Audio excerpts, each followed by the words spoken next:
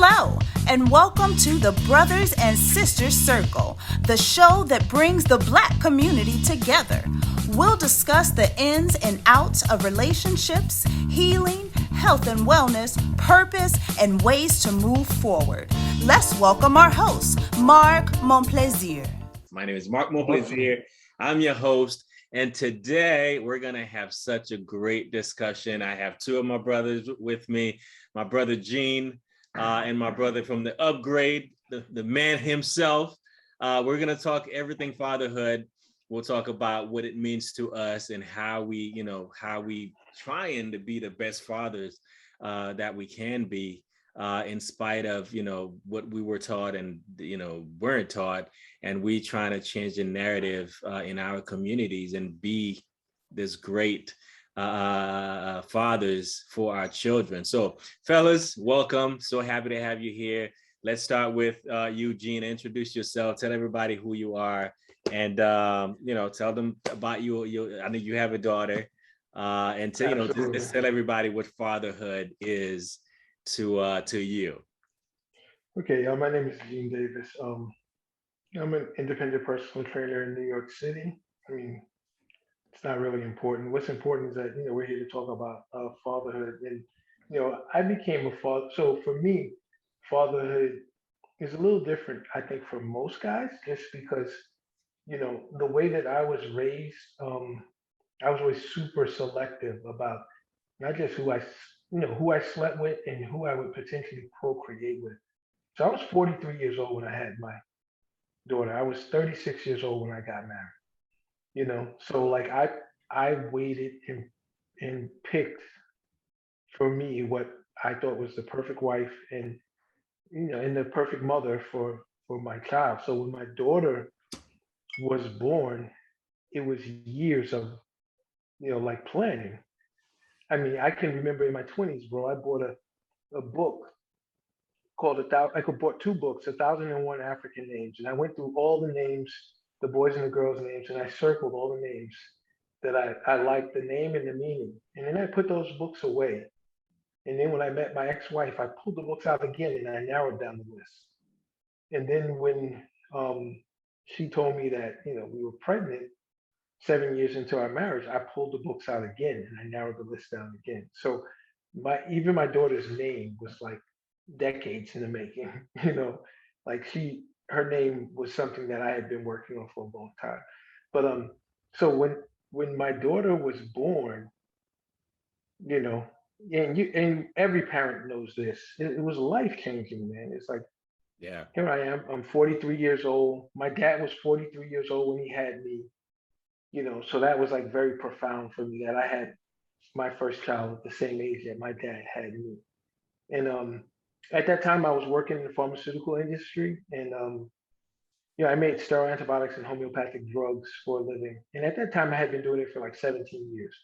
And what's significant about that is that when my daughter was born, and I cut the cord, we went up to the maternity ward, Mhm. and they gave her shots and everything, and then they pulled out a tube of erythromycin from my company. It was a drug I personally had made, and they Mm. put it in her eyes, and they put it in every baby's eyes in that maternity ward.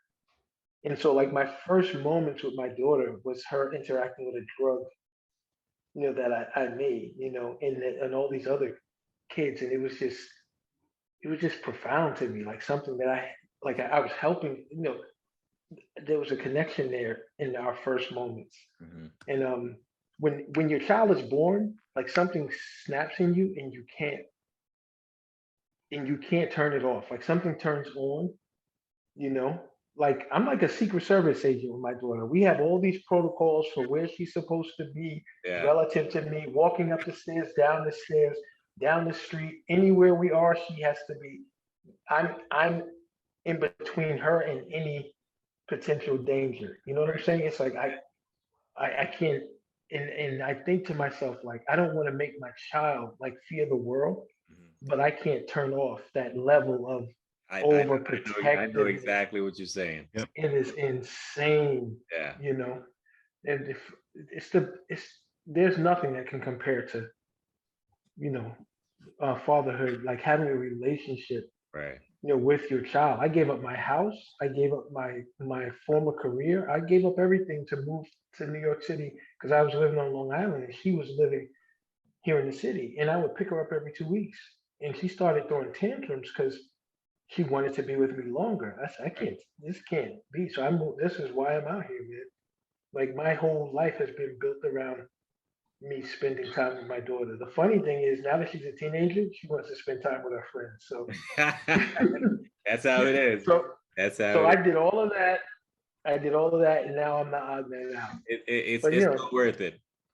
it is worth it. It is It's worth so it. worth it. Yeah, I but appreciate you. I appreciate you, man. I appreciate the fact that you have made so many sacrifices for your daughter, and that's what it should be. That's what it needs to yeah, be. We need to sacrifice for our children, and we need to protect them. For me, honestly, that protection switch you can't turn off. Trust me, man. yeah. It's on every day, every It day. is. It's You know what I'm crazy. saying? Yeah. So my brother, the upgrade. Talk to us. How's everybody doing? My name is Carlens, also known as the Upgrade. Let's see. I'm a former educator. I have 3 children, one who's 18, turning 19, actually on Saturday. I have a 6-year-old and I have a 3-year-old. So I could understand where Gene came from when it came to the whole waiting, but it was my daughters who I waited for. My son, I had him in college, so fatherhood always meant to me protection, provision, and love. And so, like when I had my son, I was in college. I was brand new to this. I didn't know nothing. I was 18 years old, kid having a kid. And it was crazy because I was kind of forced in a situation. So being forced in a situation and not wanting to be like my dad, where my dad ended up leaving. And so I ended up staying in my son's life. So the sacrifices that we make as fathers, that's love and protection. You know what I'm saying? Like, can't nobody mess with my son. He's 18 now, but if anybody still mess with him, it's a wrap to this day. You know what I'm saying? Yeah. When it comes to my daughters, I waited until I got married with my daughters, which I wanted to do with my son too, but that just wasn't the case. So now when my daughters are here, just like Gene said, it's just that soon as that switch come on, they know to stand on what side. They know who to get out the car first, who get in the car when we go into the store. They know all that. Why? They know Daddy carry. Why? Because it's for your protection. And at the end of the day, you should find a man who does the same thing for you. And if you can't find one, and if a man can't come to that door and let me know, womp womp to him.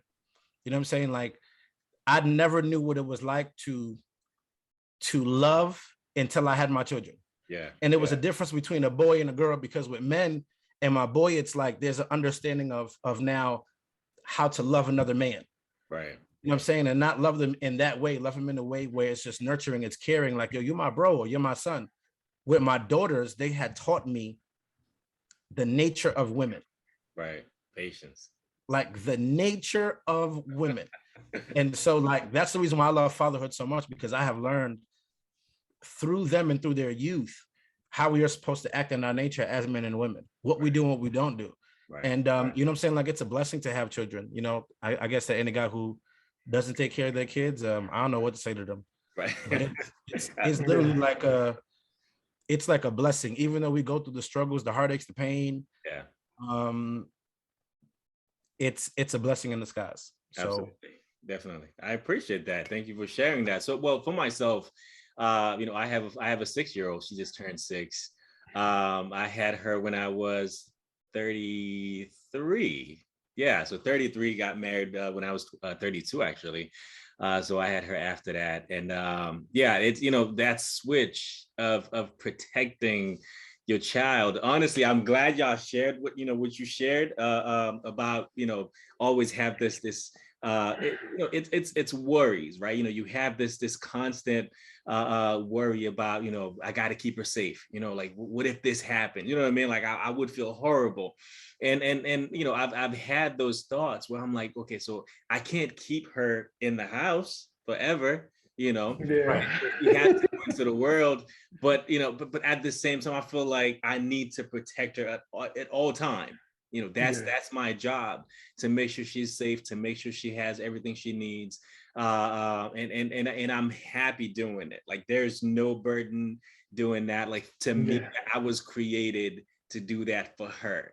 You know what I'm saying? So let's talk about what fatherhood means to, I know the upgrade just talked about what it means for him as a father to a daughter, right? You also have a son. Gene, you have a daughter, right? Yes. What does fatherhood mean to you, being a man and being the father to a daughter? What does it mean to you?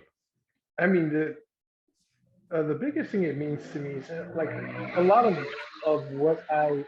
how I process things and how I look at things relate to how I was raised. Yeah. So like for me, being the father of a daughter, the the biggest thing, the most important thing to me is to like be an example of the type of man I would want her Right. to be with, like to set that example. I'm the first man who's ever gonna love her, so her idea of what love is gonna come from how I love her. Mm-hmm. You know what I'm saying? And so I'm very conscious of that. And that's something that whether she's with me, whether she's with her mom, if I'm texting her, if I'm calling her, if we're clowning around in IG Messenger, whatever. Like, I'm always conscious of, you know, the fact that she is going to judge other men by me. And I saw that very early. So my ex-wife is remarried, right? Mm-hmm. And she married a nice guy, but he's very different from me. Like, I mean, you know me, Mark. Like, I'm a nice guy. I'm a gentleman. I'm not a nice guy. So There you I'll go. treat you nice, and There you I'll go. treat you with respect. I was about to But stop you right there, D. To that. yeah. I'm a Boy. gentleman. I'm not a nice guy. So if you're going to see the gentleman side of me 99.9% of the time, but if you slip up, you will see the other side of me. Right. You know what I'm saying? And so it's like I want her to always, see her father as a gentleman. But my point was like the guy that my ex-wife married, he's like a nice guy. Mm-hmm. And so my ex-wife is a strong person, and she kind of, and this is all coming from my daughter when she was a little kid, because my daughter would look at me and say, "Dad, I don't understand. Like, why does Barry let mommy like boss him around?" And because she would look at me and nobody bosses me around. She would say to me, we'd go places and she'd be like, "Oh, Dad, why are you always treated like you're VIP? You're not a famous person." I mean, there's restaurants I go in, I can order stuff that's not on the menu. You know how it is. If you treat people with respect, Right. you develop a relationship with them, a rapport with them that is beyond what, is normal for someone at your so-called socioeconomic status or whatever. Like they will treat you like almost like family. Right. And my daughter sees that with me everywhere we go. And so she was, even when she was little, she was comparing like him as a man to me as a man. And he's a cool guy. I got nothing bad to say about him. It was just that she saw how a really funny joke. One time she said to me, she says, "Daddy, I'm gonna make Barry stand up for himself." Tell him that she's gonna make him stand up to her mom. So she says to her mom, Right. She says to her mom, she says, "Mom, you gotta decide what you want." She says, "Do you want a slave with the whip or a boyfriend with the chocolates?" That's deep. Do you want a slave? Yeah, my kid is really sharp. She says, "Do you want a slave with the whip or a boyfriend with the chocolates?" I like that one. Right? Because he was just like, the way you treat him is just not cool. But that is all because of how my daughter sees her father move. Right. You know what I'm saying? So I mean, short answer long, my mission here in this life is to set an example for my daughter and to make her feel loved. Yeah. Like to know that when I'm gone, that someone loved her unconditionally, that she was, beautiful. She was perfect. Now, don't get me wrong. I give my daughter constructive criticism. I'm not one of these you're a perfect princess. Perfect. I'm not Yeah. trying to create a delusional human Right, being. right. You know what I'm saying? I give her constructive criticism, but I build her up. Like she didn't think she could get in. She wanted to go to one school, to the School of Art and Design, because she didn't think she would get in LaGuardia. Mm, And I kept telling her, you have the talent, you can do it. right, And then when she got in, I said, now imagine you didn't even try your best because you didn't think that you would get in, and you still got in. right, Imagine what you could do if you tried your best. right. You know what I'm saying? So that my mission is to just help her be the best version of herself, and Absolutely, to know that her dad loves her, absolutely, more than anything in this world. absolutely. Carlens, Man on man, Gene. I know you spoke about that already, but but it's being a father to a son and to daughters. Two different things. How do they change you? Man, they are two different things. Two different things, two different beings. You know the rule that says two men can't live in the same house without one paying the bill. Right. When your son get older, there's going to be fights because at one point in time, after everything that you've taught him and he's seen, it's an expectation, but not even for me because I don't expect anything. It's more of a standard and a requirement to now go ahead and do these things. So you know what I'm saying? Like when I had my son was living with me at one point, and when he was with my ex-wife, he had an issue where one time he was washing the dishes. Now my son never really washed the dishes at his own home. He would just put the dishes in the dishwasher, and then somebody would go and start the machine. So one day I came home, my son's crying. He's at 16 at the time, so I don't normally see my son cry like that. So I'm like, "What's wrong?" So he's like, "I got screamed on because I didn't know how to wash the dishes properly." So now when I went, I said, "Nah, you know what? Instead of talking to you and telling you, I'm going to now show you what it is." So most of the time with boys, we have to show them what it is. We show you what to do. I just don't tell you. Right. So with my son, I had to learn not just to show, but whatever I didn't know, I had to learn first. So then I became an active learner from my son. Whatever I didn't learn, I taught him the things that I went through, the mistakes. Yeah. Yo, you ain't even got to go through it, bro. I'm going to tell you everything I went through. Right. So with my son, it's easier because it's just like a little mini me. Somebody who I can get to talk to and speak to just off the real cuff. With my daughters, and they're younger, it's more of, I want them to see their father as a man. So just like Gene talked about, listen, the word nice, and that's what I'm about to have a whole podcast series that I have a whole section in the book about it. Right. Be the Upgrade. Right. The book is coming out on Amazon, by the way. But it's a whole section about being nice. The etymology of the word nice means ignorant, stupid, and dumb. That's the etymology of the word. You go look it up and you're going to realize that's what it means. So in my marriage, I was that guy. And then at one point in time, I became really nice. I just became the yes man, just did everything. And right. And so once I had gotten out of it, not only did I get more respect from everybody else, my daughters looked at me different. Their mama looked at me different. And it was because I had to then grow up from looking at these girls, and I didn't want to happen what happened to Barry. You know what I'm saying? It happened to me where, mommy or why is X, Y, and Z happening? My ex is with somebody now, but there's no conversation about who's who. You know what I'm saying? Like, I just don't have to step up and say anything because at the end of the day, I know who my children are. Right. You know what I'm saying? It's just more of being that man that my daughters know and my son know. That's daddy, regardless of what anybody else says. Right, right. And my son had taught me that because I hadn't been with his mother. You know what I'm saying? Like, the condom broke with my son. So his mother and I weren't together. We only knew each other for like 3 months. So for 16 something years, my son came to live with me and he said, "Dad, man, 90% of what mom was telling about you was false. It was wrong." I said, "Bro, I know. I told you you got to stay with me. But most of the time what happens, children stay with the mom." Right. So my son only saw me on the weekends or whenever he was with me. But when he lived with me, he saw a whole nother story. And that's where the respect came in. So it's more like, dealing with your sons and your daughters, you want to be that man that they look up to. For my son, I want him to know at the end of the day,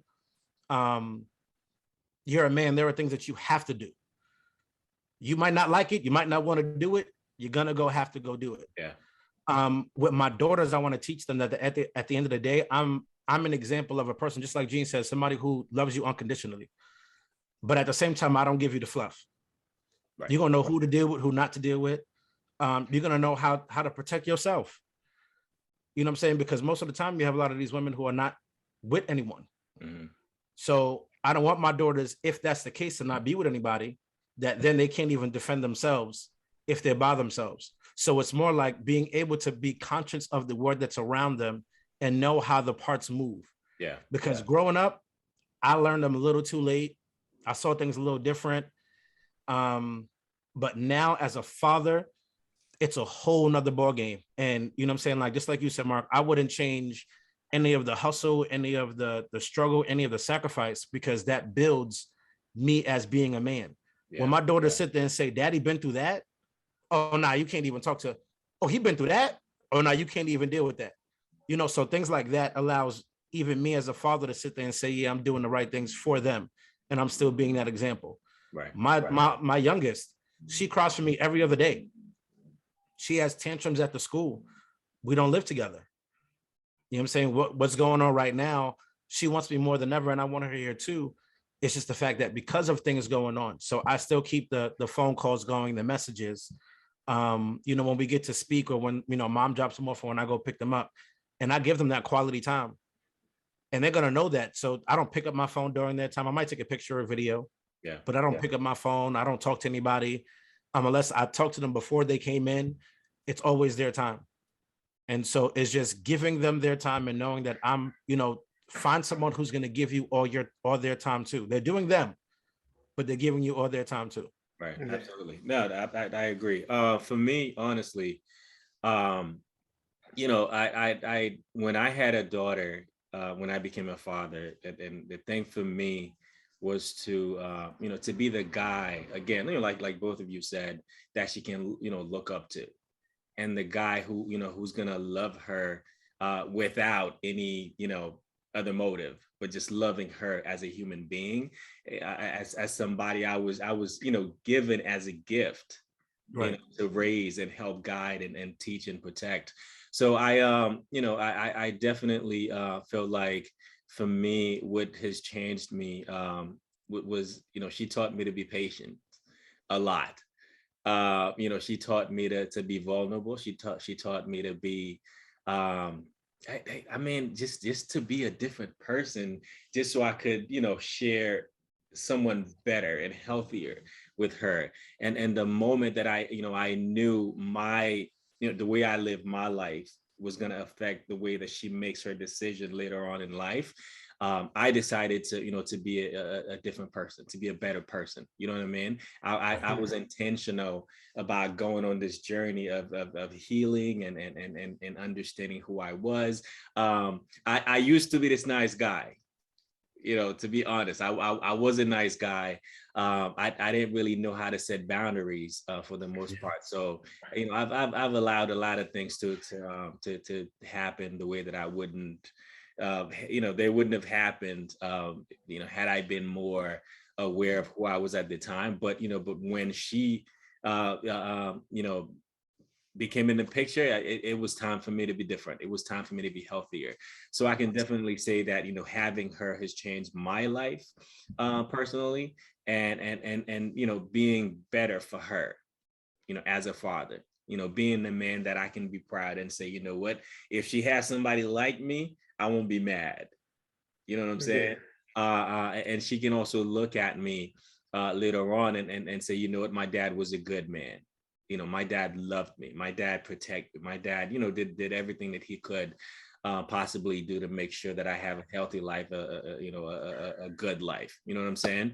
So awesome. Let's move forward. So you know, talking about, you know, improving yourself to be the best father that you can possibly be. What did you guys have to do to be that? You know, I mean, none of us were really taught how to be fathers. You know what I'm saying? It's something that we all had to learn to be. So what did you guys have to go through? What did you have to do to become this, you know, the father that you are today?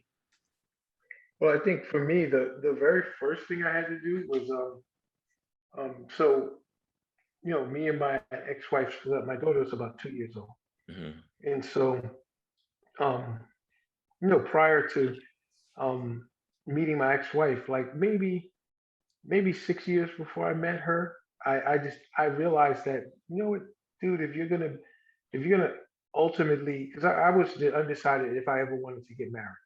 Mhm. When I was younger, I thought I was funny looking and nobody would marry me. So that was like that. It took me a while to realize, hey, maybe you can get married. You know what I'm saying? But but so once I decided that I would want to get married, I was like, you know what, you can't just be out here like sleeping around because when you're married, you're just with one woman. Right. And if you're hoeing up until you get married, you it's a high probability. And I've seen guys, get married and they still hoeing because that's what they used to do. Right. So the first thing I did was start like dating, having relationships. And then when I met my ex-wife, I was ready to be, in a relationship. And so even when the marriage ended after 9 years, I thought to myself, I said, I can't go back to who I was, you know, Right. sleeping around and stuff because this is one thing I really believe in. I believe in energy. Hmm. I believe in energy. And so I believe that if I'm being a man whore, even if my daughter is not around, when she's around me, that energy is what's going to attract her. Right. If I'm hoeing, she's going to be attracted to guys who are out here hoeing. So the first thing I did, man, was I don't think I dated anybody till my daughter was like 5 years old. Hmm. So from 2 to 3, so from 2 to 5, it was just me and her. When my time was in, when she wasn't around, I was just chilling. You know, um, and just this, like I said, the sacrifices that you're willing to make. Like I knew to be the father that I wanted to be, I had to be able to see my daughter more regularly. So I walked away from. I was 24 years deep in the pharmaceutical industry. Hmm. I did a lot of things. Had a great deal of success, won a bunch of awards, but none of that could compare to spending time with my kids. So when and it all kind of came together. My company sold my product line that I used to make, and they moved me to another department, and I didn't like it, and I didn't hide it. I didn't like it. They offered me a package, and I'd already been thinking about becoming a personal trainer. So I bought a personal training course, and while I was studying for the course, a woman. So I was picking up my daughter every day from school at that point. So I was happy as can be, man. I'm seeing my kid every day. Yeah. She's not throwing tantrums and stuff because she wants to hang out with me. I'm picking her up, and we're hanging out from 3 to 7. I drop her off at her mom's. Do you know a woman walked up to me? I would see these two women staring at me, and they walked up to me one day and they started talking, and they were like, "You look like you work out." I said, "Yeah, I actually do." And he said, "Well, I own that studio over there, and I'm looking to add trainers. Like, would you be interested in, um, interviewing?" Yeah. Interviewed and got the job before I was even certified. So now that part of my life was settled, and I was able to. I got off. I trained right next door to my daughter's school. Nice. Nice. That's what's And up. I would walk over and pick her up, and we would go to the library. We go to the park. We go out to eat. Yeah. You know, um, and so that made the sacrifice all worthwhile. And I wanted to say this earlier, Mark. I mean, I know I'm talking a bunch here, but I think this is important to Hmm. know. So I've been a basketball ref for like 20 years, right? And so I've refed a lot of kids that became close to me, and what I would see was kids showing up in fifth grade, third grade, with their mother, and then 4 or 5 years later, because dad is working, 4 or 5 years later, dad shows up, and now dad is in my ear complaining to me because he doesn't know how to get close to the kid. Don't even want him at the games. Right. Like he's put in this time to make money, but he missed out on the kid sees that part of their world is minus dad, and now they don't want that. They're close to teenagers or they're teenagers. They don't want like you're an intruder. You know what I'm saying? So I saw that over and over and over again as a referee, and I said to myself, that's never going to happen to me. There's no amount of money that's going to be worth my child growing up and getting used to me not being around. And then now I come back around and she doesn't even want me around because she's used to me not being around. Right. So I prioritize time with my daughter over chasing money. I hear Absolutely. that. And I have more time with my daughter than I could have ever had imagined. Yeah. I picked her up for years. I picked her up every day from school. That's awesome. That's amazing. Carlens, talk to us. What was the question again? Question Uh, was, what did you have to do to become the father that you are today? man, the one the one thing I had to do was with my son, not listen to everybody. I was 18 years old. Mhm. So I had people in my ear talking about, now all you got to do is pay her or don't pay her at all. You ain't got to be there. Just, do you. And, I remember going to court when I only had to pay $25 of child support. I ended up paying $200 a month just because I was like, nah, that's my child. Like because I've learned to sacrifice, I've learned what it's meant to sacrifice for someone else. So there's been jobs that I went through, hurt, injured, and ain't supposed to be walking, but still there. Why? Because child support got to be paid. Right. My son, what I'm saying? My son got to have his money. It really wasn't until in between the marriage and going through the divorce that then I had to now become this different person. Mm-hmm. Because now I had two little people looking at me, and they weren't just boys. They were literally young women. So I'm like, man, this is a whole nother ball game. So I started to read more books. I started to do self-evaluation. I started to just be more within myself. And I started to love myself, set boundaries. I realized that I went from failed relationship, failed marriage. Right. And the only relationship I had never dealt with was the one with myself. So once I learned how to deal with myself first, Mm-hmm. then now dealing with other people became different. Absolutely. So it was kind of like, now I get the respect from other people as well as from my daughters. Even though they're 6 and they're 3, you can see it. Yeah. Can't nobody tell them about their daddy. Right. Can't nobody tell them about their daddy. So, and I had to learn that was something big. If somebody can tell you something about your daddy, it's a problem. So I was one of those people that was intentional to make sure that whatever daddy did, yes, daddy did it. I own up to everything I did. Right. And it was for a reason, whatever reason that was. I'm able to explain it to you because I'm alive to do so. Mm-hmm. Yeah, so I mean, like, it was reading, it was meditating. I went through a season of depression. And in that season, my daughters were the ones who got me through. Yeah. My daughters and my son. So, I was in rehab at one point in time. I was in the hospital during Christmas vacation this last year. Everybody else is on vacation, Christmas and celebrating. I'm in the hospital. Yeah. Just, trying to get everything out. So, and it was because I got to a point where I'm like, dang, man, it was hard for me to wake up every morning and seeing my daughters and to have a routine and picking them up after school. And then it's all gone. It's all done. Yeah. And then after that, then it becomes divorce. And, some people can get out of it and it's good. I had the other side of the stick. So, I was struggling, still going through it, but my daughters know who their daddy is. Mm-hmm. And that's the most important thing to me. When there's a phone call, I pick up. When it's a duo call, I pick up. Just to let them know, daddy's here. And Right. when they're not with me, I'm very self-reflective. So it's more of, what else do I have to learn to make sure that I'm able to provide a life where I can be with them all the time. Mm-hmm. I was a teacher for 11 years. So, I'm not a teacher anymore. And when that thought came up to be a teacher again, just to be in the classroom again, Right.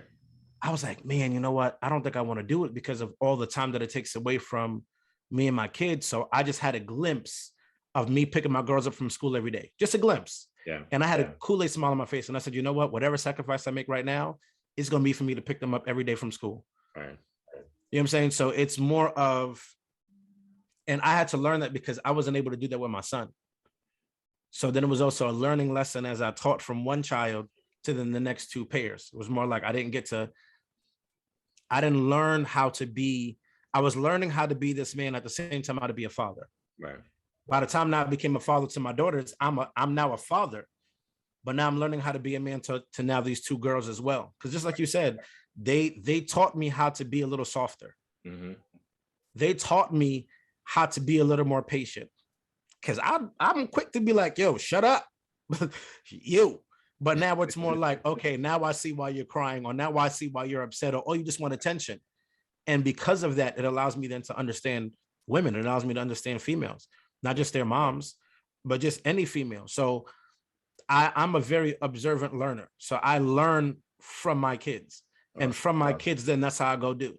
So when I'm with them, you know, just like Gene said, most of my time is with them. I don't really spend it with other people. We go out to eat, it's just us. You know, we go out somewhere, it's just us. Unless my daughters sit there and ask for somebody to go play with, okay, got it. But besides that, if it's just daddy time, then it's just daddy time. And just like what my son, he's 18 now, you know, after he told me, you know, Dad, 80% of the things that mom, you know, said was a lie, it made me realize just to be the man that I am, and that he respects me and loves me either way. Yeah. So continue to be that man, continue to still do regardless of the circumstance, and you know what I'm saying, they'll be blessed. So absolutely. No, I'm so glad we having, you know, this conversation, because it's so important to have fathers, you know, in children's lives. And you know, because you know, we teach them different, you know, than their moms did. You know what I'm saying? And for a lot of girls who, you know, some girls have never had, you know, a man, you know, to that who loves them, right? You know, just because that's what they're supposed to do. You know what I mean? Right. They never really had a man who didn't want something from them. You know what I'm saying? And for me, you know, I wanted my daughter to experience differently. You know, but you know, I was so blessed during this, you know, pandemic. I get to work from home, and I get to see my daughter all the time. You know, during you know, the pandemic, she was you know, doing homeschooling, and I was there with her. You know what I'm saying? Like I was there, you know, when you know, when she was on Zoom, and when she got to go to school, I was able to, you know, drop her off, pick her up, and it's so rewarding just to have those moments with her, and how joyful she is too, to have me, you know, spending time with her. You know what I'm saying? So it's really important, especially as, you know, young dads, you know, who have, you know, children, to be that person in their lives. You know what I'm saying? And I'm happy you guys are doing that. And it's gonna be rewarding, you know, in the long term. It's gonna be rewarding. So my next question, right? So as fathers, you know, especially for boys, right? I feel like a lot of times boys are not really being taught how to be responsible men, right? You know, they're not really being taught how to be responsible boys who grow up to be responsible men. Right. You know, I know you have a son, Carlens. So, you know, as a father to a son, you know, what would you say you teaching your son when it comes to being a responsible adult? Man, oh man. First of all, you know, us as men, as boys, we go through stages. So each stage is a learning lesson. Mm-hmm. You know, at one point in time, it went from me beating my son to then I stopped beating him. It was just regular conversations. You know, it was more of, we'll talk about that too. You have to be responsible. Like I had to stop after a while. Right. You have to be responsible for everything that you do. Everything that you do, you're responsible for. Yeah. And one of the biggest lessons that he had to learn was, this was his senior year in high school. No, junior year in high school. And he had moved down here with me. And last day of school, friends decided to pass around a firecracker. Mm. So you see my son in the video, just passing the firecracker off. I'm like, man, about a couple of feet away, firecracker goes off. Everybody's screaming, yelling, oh my God, you know, gunshots. So instead of my son taking responsibility, he calls me on the phone and says, yo, Dad, there's something going on at the school. Can you get me a lift? All right, cool, no problem. I didn't know what was going on. When he gets home, I get a phone call from the school saying, hey, your son was involved in a situation. I get in the car, I go pick him up. I didn't say nothing to him the whole ride to the school. Not one thing. So he's just sitting there sweating bullets. I walked in, I said, I just want to see the video. That's it. Because if you're on video, nobody else can help you. You know what I'm saying? Like, I just need to know, you know, the proof. Yeah. once I seen it, we walked back to the car. Now I'm beating him up. Like now we're like kind of having like a fist fight, but it's just me. And I'm like, yo, I've literally stayed out of jail. I've literally kept my nose clean just so that you won't go do it. And you're going to do something as stupid as this. But he didn't, but mind you, when he went to court, first of all, when he went to court, this is what the judge said. And this is how I knew that as me as a father, what I was doing was working. First of all, we came in, shirt and tie. As soon as my son walked in, he stood there and he waited like this for the judge to shake his hand. And the judge, it took 5 minutes. My son just stood there. The judge said, out of 5 years, I've never seen 5 years, I've never seen a male come in here, dressed up, number one, and number two, demand a handshake. Yeah. So then he asked my son, what are you doing here? My son explained to him. He was like, first of all, you're real articulate. Number two, it must have been a mistake. Dad, you're doing a great job. And I was like, it's just being that example. Like he's seen me not be in those situations. Right. I have real conversation with him. Son, this is all the things that I did. And here are my mistakes. Mm-hmm. I told my son, listen, hey man, every female you mess with right now is your potential baby mama. Yeah. Bro, either like you have to love your life so much that you're not going to compromise it for anybody else, whether it's a male or a female, because there's going to come a point in time where people are going to want you to literally change your whole life for them. And he had to learn like slowly. I was like, listen, I don't want you to be that kid that people are using you because of your height. People are using you because of, I want you to do your own thing for you. And once he started learning that, it became also because of the things that I had taught him. He knew I was a teacher. He knew I wrote a book. He knows all the things that I do. So I'm always including him in and saying, hey, son, you always have a chance to do this, or here's what I'm doing. And because I'm that example, he's allowed then to flourish and become his own person. I don't tell him that he has to stay in a box. Listen, the whole world is your oyster, kid. Literally, this whole world was made. Look how it's made. Every day something new is being made. You're able to make it, but you have to have the right mind frame. You have to be responsible for everything that you do. Every female that you talk to, you got to be responsible. Absolutely. Every transaction you do, what job you go to, you can't just walk out if you're getting fired and be like, nah, F everybody. So you have to literally walk in that path where you are you and you're a role model, but then you're also a person who people respect because you're just being you. And I had to learn that while looking at other men. Right. And not just my dad, not just, my stepdad, just looking literally at other men. Anytime I'm in a room with men, I sit down and I just listen, whether younger or older. Why? Because there's nuggets that you can always get. So whenever I have a conversation, I listen to something, I call my son, yo, son, listen, man, here's X, Y, and Z, bro. Like, I just got this nugget from somebody. And then he's like, all right, dad, cool. And even though it might not catch in the ear and might flow over, one day it's just going to snap. And when it does snap, he can sit there and say, you know what, at least my dad taught me. Right. So, teaching males it's a totally different ball game because it's also like teaching the next generation literally of the world. If you do not become this man who produces, not just for your family or yourself, but just for others, you will be nobody. Yeah. And if you're somebody who wants their name to be out there, whether it's on a book or whether it's on a platform, whether it's in your own gym, you have to demand that respect. You have to demand that power that you possess. And so I teach it to him like, yo, walk with your head out every day. We all make mistakes. You know what I'm saying? Even right now, my son knows I don't sugarcoat nothing from my kids, but my daughter's too young to know. My son, I don't sugarcoat nothing from him. I'm like, yo, son, I'm going through it. At one point in time, I was homeless for a year and a half going through the divorce. Yeah. So, my son was, and I had to send him back home because I didn't want him to see what was going on through the divorce. And that's also another responsible thing to do because it's like, you're going to now see him watch the ugly things that happen. He's already seen it at home with his mom and whoever she deals with. So now imagine now coming and seeing dad deal with it. And I didn't want him to see me in a way where I was pulled literally out of my character. Yeah. You know what I'm saying? And I didn't want him to ever go see that and think, oh, it's okay to go do these things. Like, it's okay to yell and scream. You don't have to yell and scream at a woman. You can just literally walk away. Right.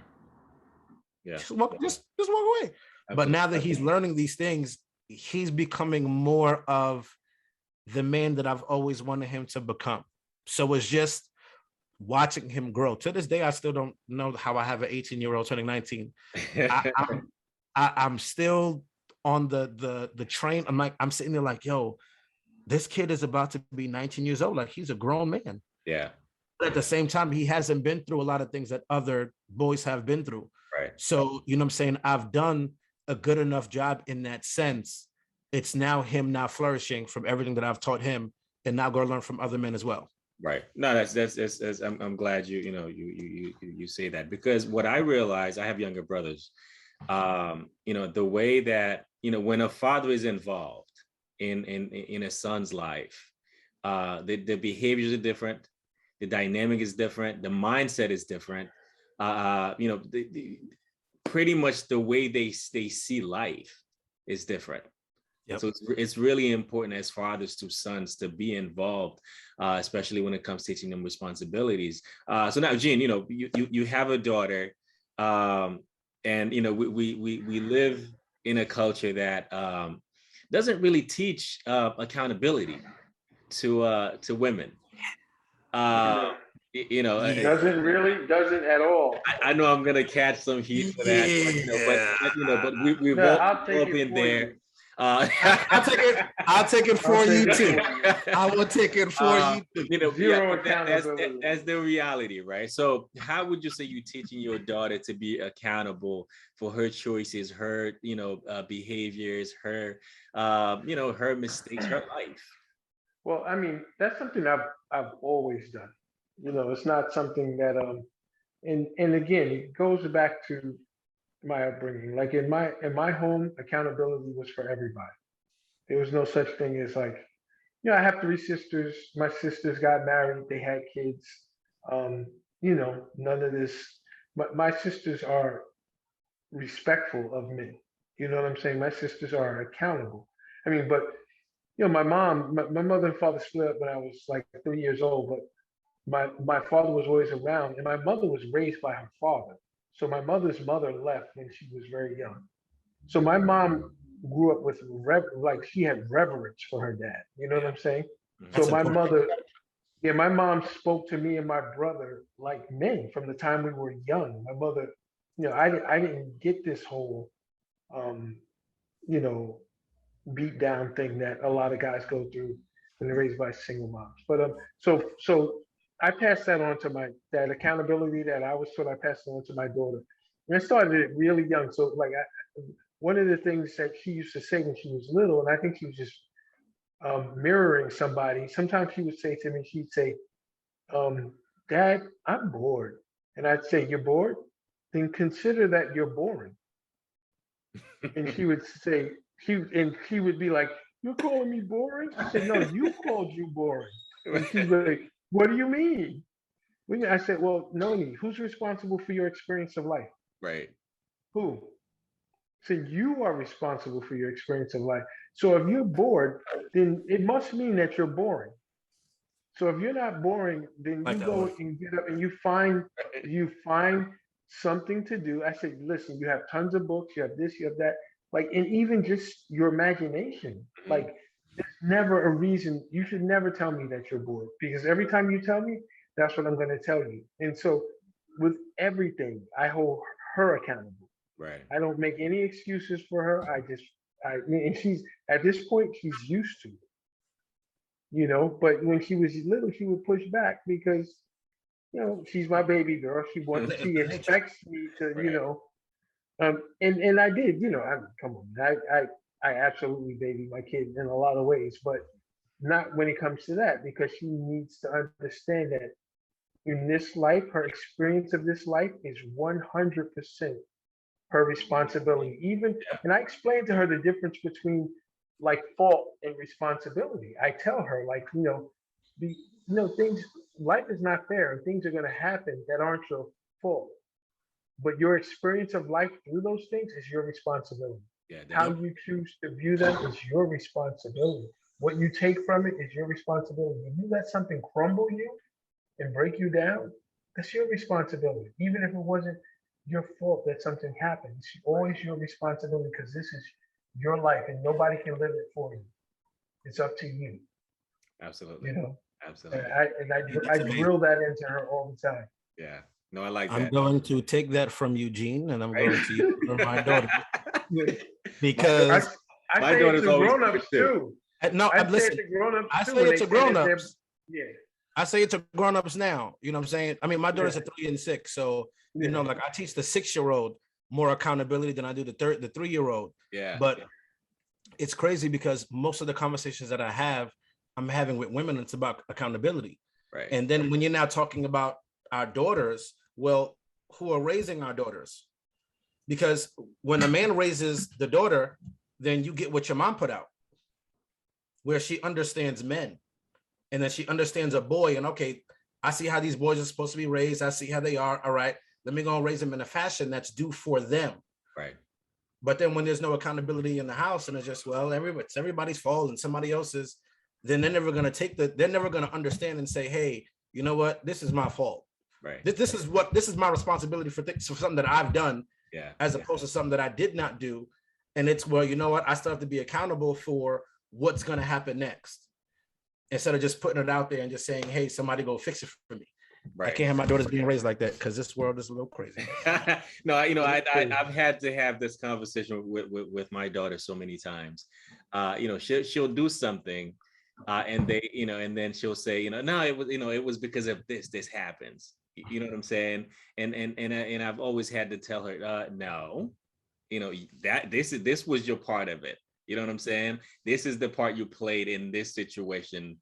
So you can't say it was something else's fault when, you know, you were a part of it. You know what I mean? So you have to take accountability for essentially anything really that you're part of. You know, as long as it wasn't something that was forced upon you, that you were not a willing participant in, you have to take accountability for being part of it. And it's crazy. I talk about you know, this concept in my book. You know, about the fact that, you know, if it may not have been your fault, right? Let's say something happened, you were in a relationship and the relationship didn't work. It could have been, you know, because of, you know, mostly because of the other person, right? But because you accept a lot of the behaviors, you were part of it. You know what I'm saying? Exactly. You know, because you accepted the fact that, you know what, you should have stopped that behavior, but you didn't. So you actually were part of it. You know what I mean?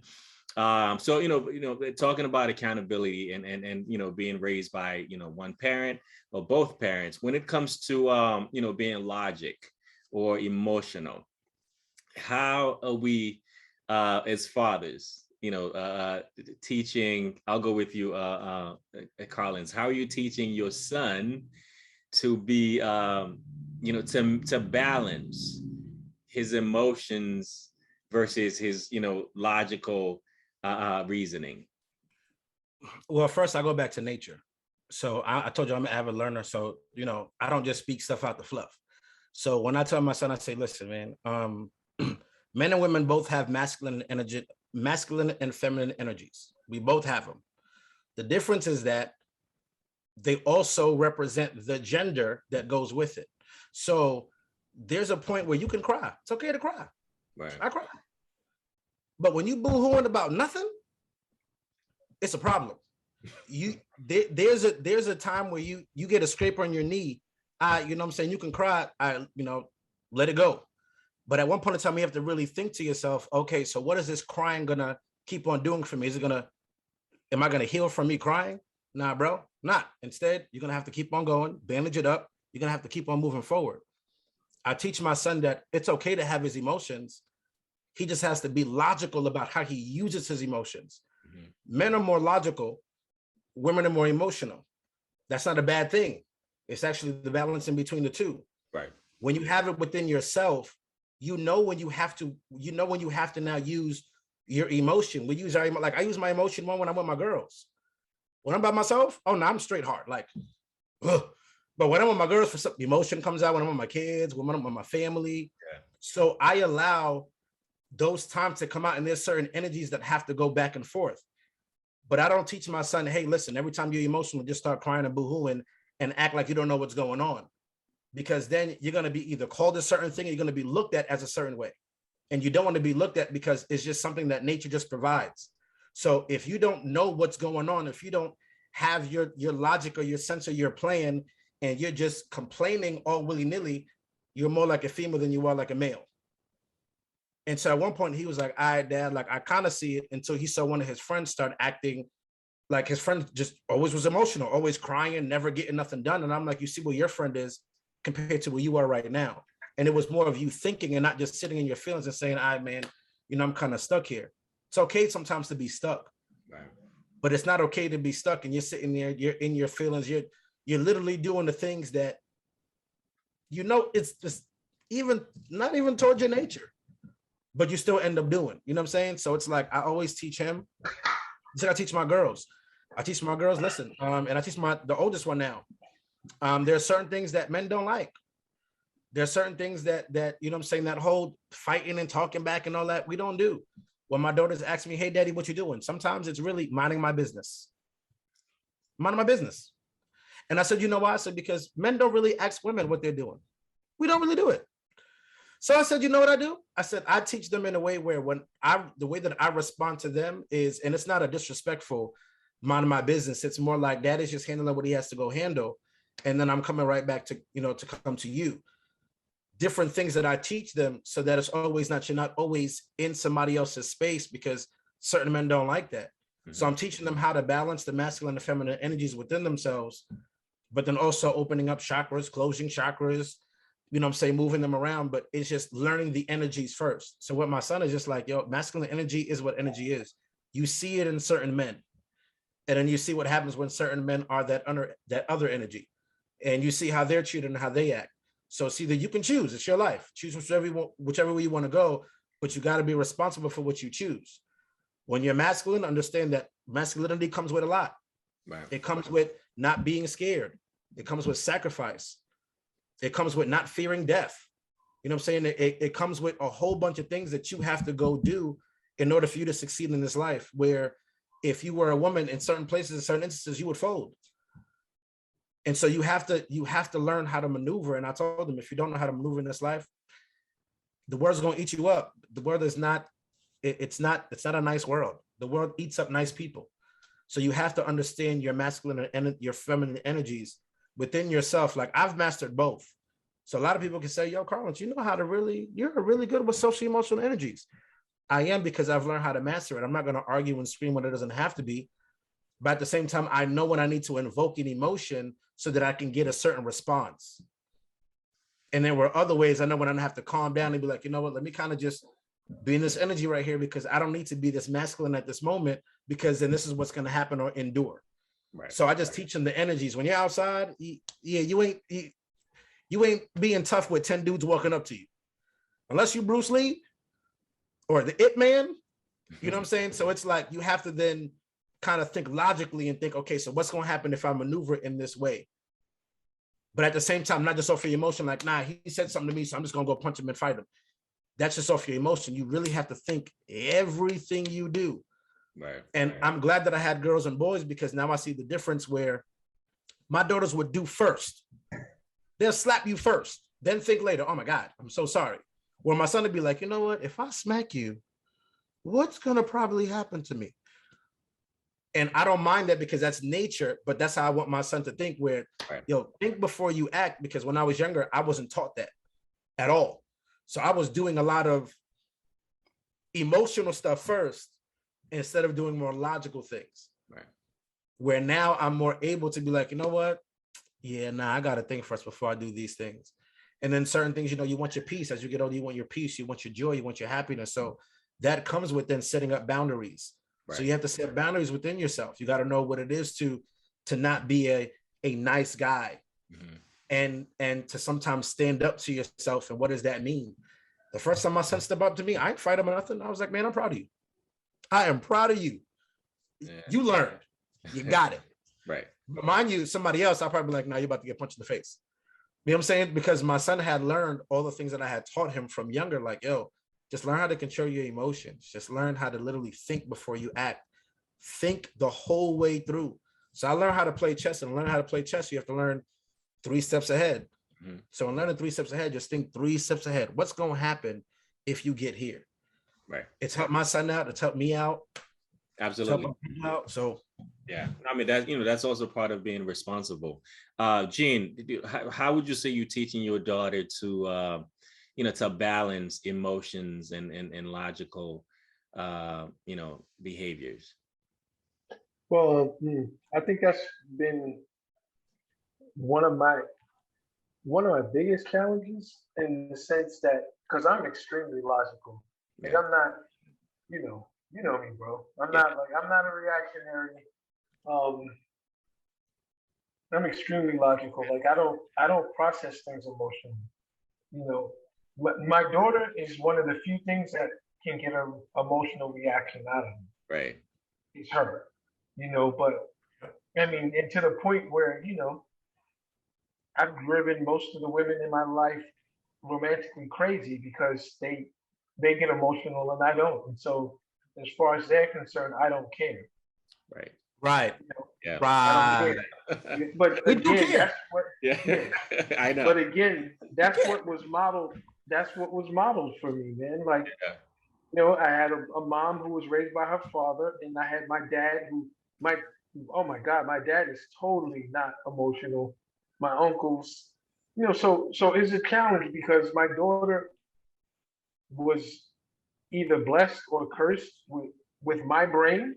Mm-hmm. So my daughter is super logical, bro. Like super logical, but at the same time, she's a little girl and she can be emotional. And now that she's a teenager, um, with the hormones and stuff, oh my God. I mean, sometimes I'm like, who are you? Because she'll be so out of pocket emotional, like I don't even recognize who she is. Right.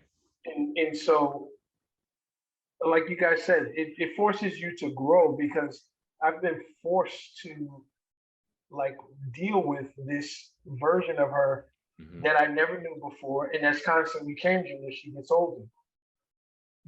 So when I sit down and I talk to her about her feelings, like when she gets emotional, I'm like, okay, well, why do you feel this way? And what I try to do is try to bridge the gap between what she's feeling and what's logical and what makes sense. Right. And that's not the hardest thing to do because my daughter by nature she's way more logical than most women. Like she got my brain, like I said.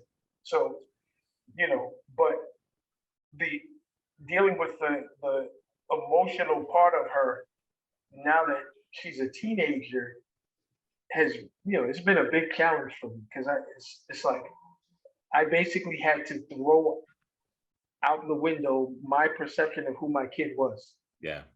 Because when those hormones kicked in, bro, you're gonna go through it, Mark. I believe it. I'm going through it already. So okay. Oh, wait till the cycle comes. You think you're going through it? No, when the cycle comes, bro, it's a different beast. It's a different beast, bro. Yeah, It's a different beast. And so, yeah, it's forced me to grow though, and to expand my idea of who my daughter is. Right. Because I can't keep her confined to like who I knew she was. You know what I'm saying? Yeah. But I always try to find that bridge between how she feels and what makes sense. And I think for the most part it's working because when she wants to talk about something like that, she'll call me. And she should be like that, and she'll ask me questions and stuff. And whatever I tell her, she accepts. But for me, it's the biggest challenge of my life as far as fatherhood goes. Right. It's that aspect right there. Got it. Yeah. So my daughter, she's 6, and what we do with her mom and I, we ask her to use her words. Whenever she feels like she's feeling emotional, she's all over the place. We ask her to take a deep breath and start using your words. You know what I'm saying? Like don't just throw tantrum and not even be able to express how you're feeling, but take your time, and then use your words. You know what I mean? And I think one important point I wanted to make is that it's such a beautiful thing though, having a father who is logical and then having a mother who's emotional, right? Because we were created to balance each other out. You know what I'm saying? Yeah, absolutely. So for a lot of boys, who grew up without having, a father or a male figure around. So they learn to be emotional, right? Yes. Which is why a lot of boys, they tend to fight a lot, because they don't really know how to, express or control their emotions. So they just, lash out, use their fist or whatnot. But when you have a father who teaches you to be responsible, to think, to be logical, then you take your time before you act. You know what I'm saying? Yeah. So it's very important to have those two. I call them, manual in my book that that every kid comes with, so they can observe and learn from having a dad and a mom. So let's move on. I know we're getting close to the end. Let's talk about. Okay, can I make one point real quick? Absolutely. Yeah, really quick. So to the point to what you're saying, I can remember my mother sometimes would get upset at my dad. Mm-hmm. Say he said he was going to come over, he was going to do this, but he didn't do what he said he was going to do, and then he would show up. She would give him an earful, and my dad would sit there and just let her run her mouth. Right. You know what I'm saying? And then this is the kicker, bro. Then if he got really angry, he would come to us after she was done, and he would apologize to us for her behavior. Right. But he would never she couldn't get a reaction out of him no matter what she did. Yeah. He never got mad. He never yelled back. And I'm not saying that's like, I'm not saying like it's not like he was this guy who didn't defend himself. Right. He just didn't. He just did not have emotional reactions to stuff like that. Like when he talked to us, it wasn't like he was seething with anger. He was still calm. I never saw anybody get under my father's skin. So that was an example that was modeled for me. And to me, I'm disappointed in myself, and I offend myself if I let someone else, get under my skin and control my emotions. Like that's unacceptable to me because I haven't seen that. Right. No, so one thing I wanted to point out, it's important to have balance, though. You know what I'm saying? You can't just be, all logical. My dad was all logical. Right. Because that's also not really healthy. No, I'm not saying it is, but that's who he was. So that's what a balance comes into play, which is why it's good to have a woman, to balance you out. If you're that logical, then you have a woman, who to balance your logical, side with her emotional side, which was my mom. But you have to be able to work together, and usually that doesn't happen. Because either the emotional side wants the logical side to come to her side, and then the logical side wants the emotional side to come to his side. You know what I mean? And that creates conflict. But so my next question, we're almost done. We have to wrap it up soon. When it comes to child rearing, being up your child, what are your thoughts? Well, I used to beat my son. I actually beat the shit out of him one time to the point that he had to go take a shit. Like he literally had to go use the bathroom. I was like, damn. And that was the last time I did it. He was about maybe 14 years old. He had touched some girl's butt, but it was on video. And so now they were right. So he's like, damn technology, damn. Bad time. My son always getting caught on something. So I'm like, bro, how you always getting caught on these things? Right. So he got caught. He came to the house, and I remember beating the crap out of him. And then after that, like after he really cried or whatever, it was more like it was just a change in me. Like something just kind of clicked. Yeah. Where it's like, you know what? He's like, I can't beat him anymore. Like the next time I'm gonna have to like literally fight him because he's getting too old now. And so at that time, I don't really want to fight my son. So now it's having these conversations. And it was more like, because words are powerful. So if you use the word the proper way, man, I'm disappointed in you. Man. Absolutely. Yeah. Man, that was worse than a beating for him sometimes. So, but I didn't know and understand it because it'd be like, I get a phone call, he did something bad in school. Next thing you know, I'm the one beating him. You know what I'm saying? Like I was a disciplinarian, and at one point I'm like, nah, I can't be. When it comes to my daughters, I'll talk to them more. Like, I don't think I've pat-pawed them yet. And if I did, it's probably been on the hand. Mm-hmm. It's more of a conversation. And if I'm ever upset, I'll wait until later to do a pow-pow. because I don't ever want to do it in my emotion, because then I'll go crazy. Yeah. So instead of doing that, my aunt had told me that one time she would beat me after her emotions were gone, and she would start laughing. And I'm like, what is wrong with this lady? But then she told me one day, and she was like, I didn't want to do that, because when I did, I would always be out of pocket. Right. And you know what I'm saying? Like she beat me to one point where she was out of pocket. So you know what I'm saying? I didn't want to inflict it on my kids, but I didn't know any better. Mm-hmm. And then one day I was this is when I was an elder in church. I was preaching, and it was Children's Day, and it was talking about Haitian parents, and you know what I'm saying, have a problem with rearing their kids. And then somebody came to me and said, do you think that the reason why we beat our kids, it's because it's been passed down from slavery? Yeah. And I sat there and I was like, man. And that was the last time I touched my son. Yeah. That was the last time. After that conversation. And then I after I preached and everything, and he asked me that question, I was like, you know what? I said, honestly, I do not know, but I know that it is things that have been passed down. Right. And you know what I'm saying? Like, there are times where you might need a whipping or two. You know what I'm saying? You might need one or two in your life. But to get one for everything. Yeah. Everything? Nah. So like, I never did what I got done to me with my son, like ingenue, or, you know what I'm saying, getting beat with like a whip or an extension cord, or like, my son got beat with belts. That was it. You know what I'm saying? But then when I stopped, when he was around like 14, 15, I was like, nah, I can't do this anymore, man. Like, and I even apologized. I said, I'm sorry. I apologized to him that night. And I said, it took the best out of me, because I just don't want you to get in trouble. And they're talking about sexual harassment. You know what I'm saying? Like, right. I want you to get in trouble like that. So my anger came out more, instead of me being as logical, like, all right, let me give him like three or four lashes, and that's it. Nah, I went being a teacher at the moment. Right. I went ham back crazy. So, but with my daughters, to be honest with you, the reason why I don't want to is because I don't want them to think that it's okay for a man to put their hands on them. Yeah. And if daddy's the first one, if our moms are the examples of the women who we want to be with, then why wouldn't we think that our daughters are the men who are the examples? So if we're beating our daughters at one point, oh, my dad beat me, it's okay. Right. Yeah. At one point, no, it's not, boo. It's not okay.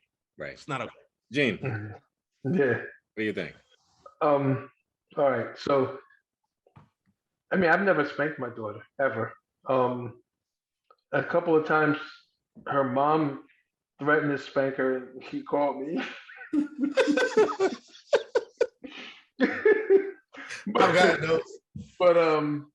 Yeah, so yeah, I grew up with, my parents are from the South, and they believed in spanking, but I didn't really get spankings, and my father flat out refused. Like, my mother would get mad at us and tell him and try to demand that he spank us, and he would just be like, no. And she would force him to go in the room or whatever, and he'd go in the room and he'd sit and talk to us. My father never touched me, bro. Never. Like, it was unthinkable for him. So, yeah, and I was such a good kid. I never really got spanking. So I've never spanked my daughter. I talked to her, and like you guys said, like, the idea of me being disappointed in her is enough. Right. Is me telling her that I'm disappointed in her. Yeah. Because she knows what I expect of her. Like, I'm, and sometimes I'm probably too hard, in the sense that I am unapologetic with her about what I expect from her as far as how she conducts herself. And so she knows in no uncertain terms what that looks like. And if I tell her that I'm disappointed, that alone will kill her. Right. But yeah, so I've never spanked her. Absolutely. Yeah. No, I've never, spanked my daughter either. So when we're in a situation, and let's say she's not listening to to something I'm saying, or whatever her mom is saying, for me personally, I'll tell her, well, here are the two consequences, right? You can either have punishment, or you can have a reward, right? Which one do you choose? So I give an option. You can either choose to be rewarded, or you can choose to be punished. So, she always chooses the reward instead of the punishment. So we never really got to the point where I feel like I have to yell at her or I have to punish her. You know what I'm saying? So it's really important to have conversations with our children, to communicate with them, because oftentimes when they act up, it's because something is wrong. They either look for attention, or they want, they want some, some type of interaction from the parents. You know what I'm saying? Yeah. And I always encourage parents to start early with your children, because if you never talk to them when they're younger, it's going to be more difficult to have conversation with them when they're older. You know what I'm saying? Because what they're used to from early on, that's what that's just how they're going to be. It doesn't mean that they can't change, but it makes it that much harder for them to be able to listen and process logically, in a way to understand. All right, so fellas, we have to end. Let's end it with one last question. What is the most gratifying thing about being a father? The most gratifying thing about being a father, man, there's so many gratifying things. Man, But yeah. I think for me personally, the most gratifying thing about being a father is like, guiding and helping your child become who they want to be. Mm-hmm. Like for me, it's the one thing I've always told my daughter from I was an athlete. Her mother was an athlete. I was gonna say that you stole it from me. What? To guide them, Okay. Yeah, because we me and her mom, we both have very strong identities. Yeah. We both have like I'm a low key guy, but I have like a dominator type of mentality. If I'm gonna do something, I want to be dominant at it. Yeah. I'm competitive in that way, but not with other people. I'm competitive like against myself, what I know I'm capable of. Yeah. Right. And so I knew that we were both like that, and I didn't want to project onto my daughter, you got to be, mini me, mini dad, or mini mom. Like, who are you? Find out who you are, what your passions are, what lights you up in life, and be that person that you want to be. And so and her mom has been the same way with her. So sometimes it backfires because she's already like her identity is very strong because she's always had the freedom to you know go out and find out who she is and pursue that person regardless of who we are and what our likes and dislikes are and what we're into. Like my daughter's an artist. We were both athletes. We're dying that she doesn't play. She's not interested. And she's a great athlete, but that's not her thing. Her thing is art, and that makes me happy that she knows who she is and she's able to stand up and say, well, this is what I want to do. Right. Because that's what we taught her. So you can't cry about it now because this is who she's supposed to be. Right. Absolutely. Yeah. Appreciate that. Carlens. I'm be selfish here, and I'm gonna say unconditional love. The unconditional love that my kids give me is amazing. In a world that doesn't really care about you, you need that from somewhere. And so, That's true. you know what I'm saying? It's like a child is kind of like a dog, but not a dog. Because, dogs don't care what you do. They don't care about your day. They don't know what happened. You come in the house, you feed them. They see you, they jumping up and down. Yeah. Just to see the smiles on my daughter's face, or to hear the daddy, or, when my son says, hey, dad, I'm proud of you for doing something, you know what I'm saying? Like they are my biggest cheerleaders. I could hear from other people, but it don't mean nothing coming out from, like my blood. It's way different. It's way different when you can be that role model and your kids see it in you. So I think that's the most gratifying thing for me, like their unconditional love for me being who I am and still allowing me to be that person without any fault, without like, oh, my dad be doing semester. Nah, like my son never says anything. My daughter's dead. I don't think they're going to say anything unless I go some wayward way. But you know what I'm saying? Like, it's just them. It's just the love that they give, that unconditional love. And daughters are different than sons. Right. Because, you know, again, we're males, we're harder. You know what I'm saying? Your son ain't gonna come and give you a hug every time. But I guarantee when my daughters give me their hugs, it could literally melt the stress, the pain, the anger, the hurt, everything away. So Yeah. I would have to say that the most gratifying thing is just seeing my creation live and be able to love. So Awesome. Love it. For me, honestly, you know, I'm such a huge fan of Black fathers. You know, just I love seeing, you know, Black men with their kids, and Yeah. if I see a Black dad with his kids at the park playground, I honestly walk up to him and say, you know what, I'm proud of you, man. You know, it's like I Yeah, I love do seeing too. that. You know what I'm saying? the same thing. You know, and the most gratifying thing for me, really, I always think about, you know, being given this opportunity, you know, to raise, to guide, to teach, to it's I don't even have words for it. I'm so blessed, and you know, feel favored again to have the opportunity to be a dad, and I take that very seriously. And the fact that I get to see her, you know, just growing up, you know, to become this, you know, very bright. She loves reading. She loves learning. You know, she loves, you know, just expressing herself, and seeing that, to me, is the most amazing thing, because I know she, you know, she's loved. You know, she's happy. You know what I'm saying? She's not surviving. She's not, you know, you know, she doesn't have to be sad. You know, she has parents who love her, and that makes me feel, you know, happy and loved and appreciative, because I know, you know, her mom and I, we're doing a great job in, you know, in making sure that she, you know, she becomes the person that she was created to be. Fellas, this was amazing. I am so honored that you guys, you know, showed up and, you know, spent like an hour and a half with, you know, with me and having this conversation. So, you know, let's tell everybody, you know, again, what you do, where, you know, where they can reach you, where they can find you, and how to follow you on social media. Carlens, let's go with you. So you can find me at on Instagram, it's betheupgrade.cba.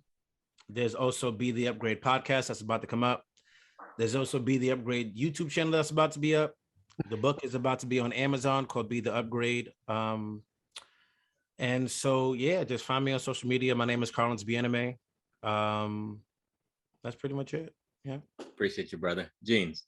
Yeah. I'm Gene Davis. You can find me on Instagram at power_letter N_the word flow, power and flow. It's where most of my personal training stuff is. And on Facebook, just Gene H. Davis. Um, and yeah, that's it for social media. One thing I wanted to say, Mark, before we go, is that there was a study that came out a number of years ago that found that Black fathers are the most involved fathers in the Right. country. Yeah. So people need to look that up. All you have to do is Google Black fathers most involved, and you will see it. So the stereotypes of Black fathers, you know, not being there for their kids, Right. not, you know, doing what they're supposed to do, not true. Right. Not true. You know, are there deadbeats? Yes, but as a collective, we're outperforming every other group of men in the country when it comes to spending quality time with our Right. children. When That we're is involved, documented. yeah. Now, when we're Yes. involved, we're involved. You know, we're Yes. present. Absolutely. Yes. I agree. Very much so. I agree. Thank you, brothers. I appreciate you all. My name is Mark Mopley. Thank you. You know, check out my book, Strong Women, Fed Up Men, Defeated Sons, Broken Daughters, Healing Generational Pain. You know, of course, follow me on social media, Instagram at Arthur Montplaisir. You know, I'm again, subscribe to the channel, to YouTube. Follow these gentlemen for real. They, you know, they're doing amazing work. And I am so proud of you guys for being great dads. At the end of the day, we are, you know, we are changing generations. That's what we do. All right. And I want you guys to be proud Absolutely. of that. So again, thank you. This was the Brothers and Sisters Circle podcast. I will see you next time on our next episode. And peace and blessings. Peace. Thank you, guys. Thank you. Thank you for watching the Brothers and Sisters Circle podcast. Stay tuned for our next exciting episode.